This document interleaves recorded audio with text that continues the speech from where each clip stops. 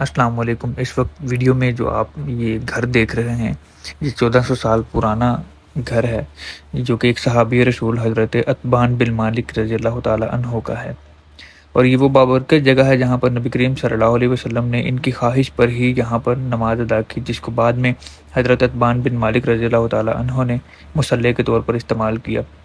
واقعہ کچھ یوں ہے کہ حضرت عتبان بن مالک بنی سالم کے قبیلے سے تعلق رکھتے تھے، اور بڑھاپے اور بینائی چلے جانے کی وجہ سے نماز ادا کرنا ان کے لیے کروانا بھی مشکل ہو گیا تھا۔